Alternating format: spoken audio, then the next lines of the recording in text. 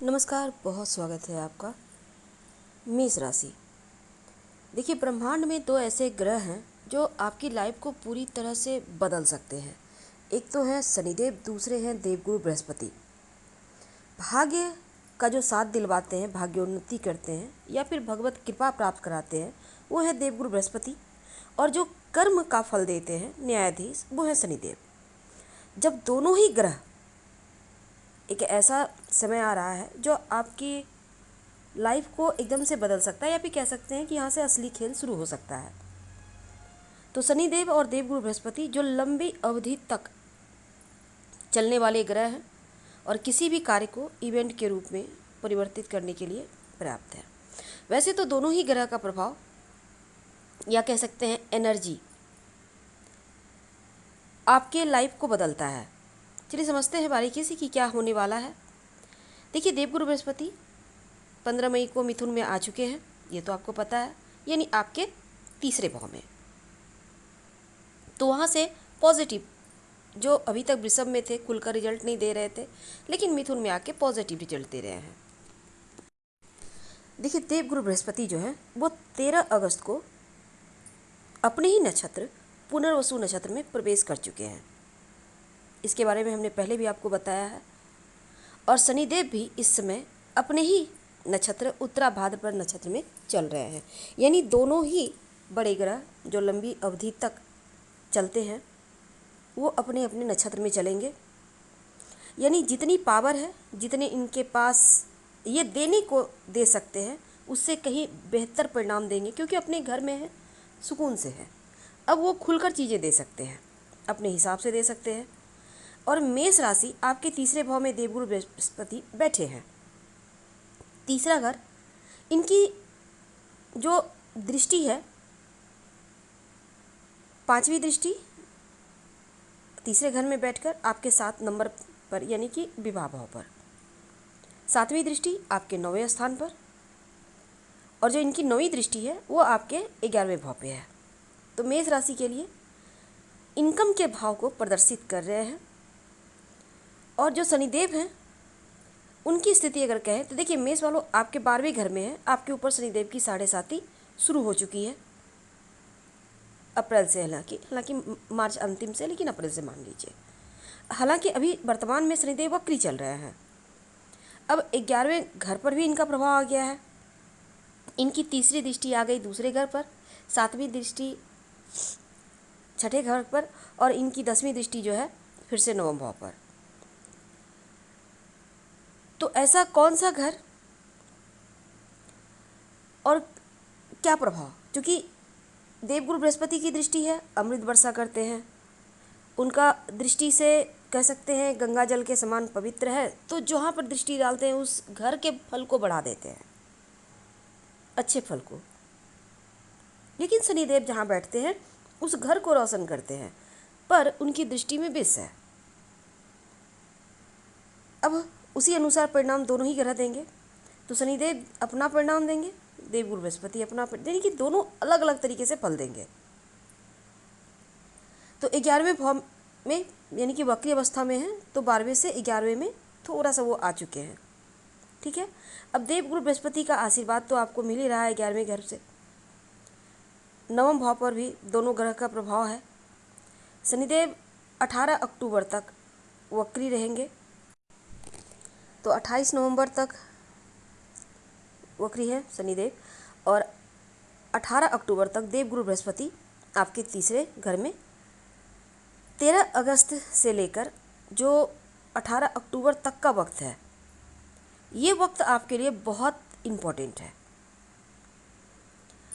तो सबसे पहले समझते हैं कि जो आपका 9वां भाव भाग्य का भाव है, भाग्य उन्नति के मामलों में दोनों ग्रह का यहाँ पर प्रभाव है। तो देवगुरु बृहस्पति जो भाग्य के स्वामी हैं और शनिदेव जो कर्म के स्वामी हैं, तो देवगुरु भाग्य उन्नति का मौका तो दे रहे हैं। पिता का भाव भी है 9वां भाव, तो पिता से जुड़ी हुई जो भी दिक्कतें थी वो समाप्त होगी, पिता का साथ मिलेगा। पिता से जुड़िए, जो भी समस्या है उनके साथ रहेंगे तो समस्या का समाधान निकलेगा। हाँ, पिता के स्वास्थ्य का अगर कोई परेशानी है तो उनका ध्यान रखिएगा। स्वास्थ्य को लेकर कोई दिक्कत है तो यहाँ पर ध्यान रखना है। धार्मिक कार्य वगैरह करवाएंगे, पूजा पाठ अनुष्ठान आपके घर में इन समय में 18 अक्टूबर तक जरूर होगा, कोई मंगल शुभ कार्य।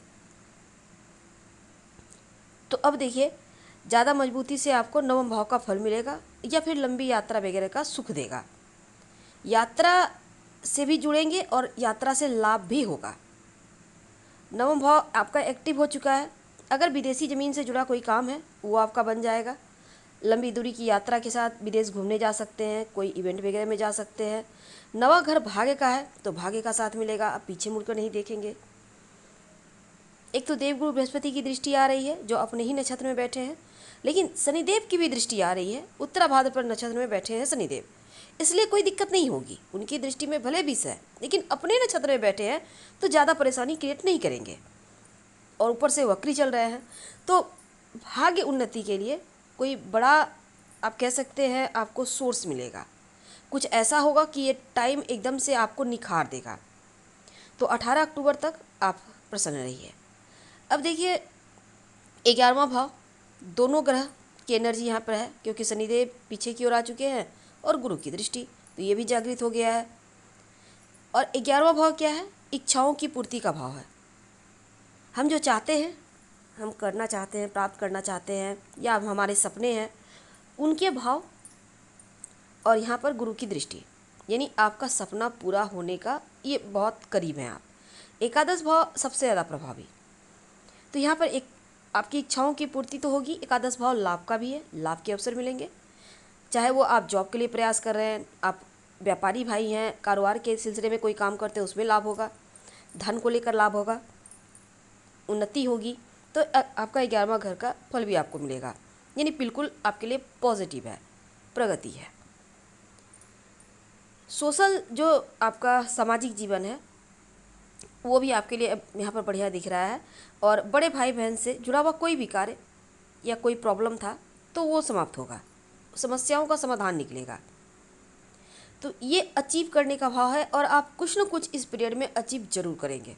मानसिक शांति तो मिलेगी ही, साथ ही आप एक मजबूत कह सकते हैं योद्धा की तरह उभर सकते हैं। बहुत मजबूती आपके अंदर बढ़ती दिखेगी। शनिदेव और गुरुदेव दोनों का ही प्रभाव है 11वां घर में, तो ये बहुत खूबसूरत संयोग है। देवगुरु बृहस्पति की भी दृष्टि है, क्योंकि देवगुरु का दृष्टि जहाँ भी देते हैं वहाँ तो अमृत बरसेगा ही। उनकी एक दृष्टि आपके विवाह भाव पर है, 7वें घर। अब वैवाहिक जीवन को लेकर जो समस्या थी, दाम्पत्य जीवन में जो भी समस्या थी वो समाप्त होगा। जीवन साथी के साथ जो भी प्रॉब्लम थी उसका समाधान निकलेगा। अगर आप अविवाहित हैं, विवाह तय होने के योग बनेंगे। विवाह संबंधी कार्यों में अधूरापन जो था वो खत्म होगा। व्यापारी भाई हैं, खासकर पार्टनरशिप में काम करते हैं, उन्नति का बढ़िया मौका मिलेगा। तो शनिदेव और देवगुरु बृहस्पति कह सकते हैं दोनों का ही इस समय, एक तो शनिदेव का वक्री होना और देवगुरु का नक्षत्र परिवर्तन करना आपके लिए बहुत खूबसूरत वक्त है। और पॉजिटिव चीज़ें कह सकते हैं। उपाय क्या करेंगे? देखिए, रोज़ शाम में 7:30 ही चल रही है, 11 बार 21 बार आपकी इच्छा है, ओम संग शनिचराय नमः का जप कीजिएगा और हल्दी का तिलक लगाइएगा माथे पे, कंठ पे या कलाई में, कहीं भी लगा सकते हैं। तो आपका जो भाग्य है वो और जागृत हो जाएगा। और गायत्री मंत्र आपको रोज़ पढ़ना है, भगवान सूर्य को प्रणाम करके, इसको नहीं भूलना है लाइफ टाइम। तो हम आपसे विदा लेते हैं। जानकारी अच्छी लगे तो लाइक कर सब्सक्राइब कीजिएगा, शेयर करें, कमेंट करें। धन्यवाद, हम फिर मिलेंगे।